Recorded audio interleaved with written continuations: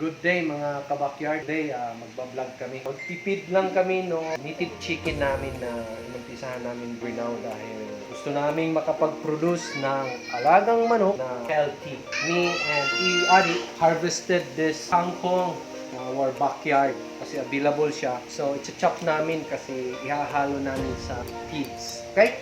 Ngayon mga ka-backyard, slice ko yung kangkong na pinakamanipis kasi yung chicken namin, nagre-resist pang kumain nito kasi bago lang silang kumain ng kangkong. So, gusto kong isi-slice siya ng pinakamanipis para makain nila lahat. And pinapakain ko siya sa chicken with the feeds na dry para di siya mahirap linisin yung pakainan kasi kapag yung binasa, sinubukan ko, ang hirap linisin ng kainan. Mga niya mga kabakyard, mamaya pakita namin sa inyo pagpakain namin sa chicken.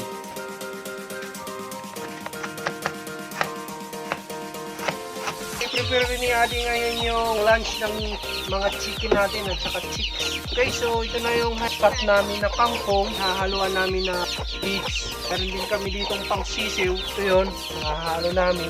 Dry lang. So, lagyan mo ng ano dito. Lagyan mo pa. Papakainin muna namin yung sisiw dito kasi ingay. Oh, para. Okay. So, gutom na. Hindi na namin ng pagkain. May bago kami sisiw.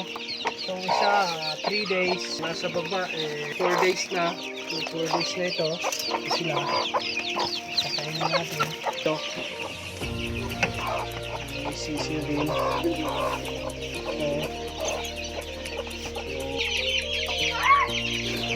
Mga ka-backyard, dyan namin kinukuha yung kangkong. The good thing is available sa amin yung kangkong para ihahalo namin sa feeds. So ito na ngayon yung mga sisiw namin. Papakainin na namin. Kasi gutom na sila. Gusto na nilang mag-lunch. So ito na mga ka-backyard. Enjoy na yung sisiw namin sa lunch nila.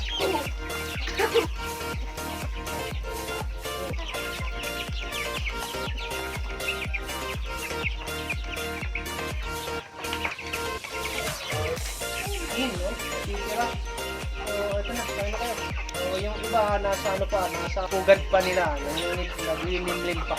Ito na lang yung tatlo na hindi pa nakapatuloy pang nangingitlog. Mga ka-backyard, nagawa namin to kasi ito yung positibong nakikita ko para labanan yung COVID-19.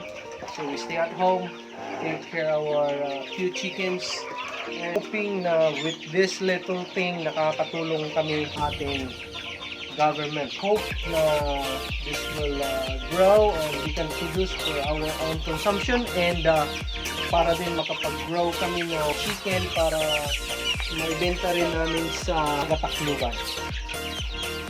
Ay, siya nga pala. Ito yung first grow namin or ito yung first fruit namin. Ibigay namin to sa pastor namin as first fruit. Kaya para kuha naman siya at we give this para kay God and we also offer this to God kung ano man yung ginagawa namin dito sa bahay. And yun lang po mga ka-backyard.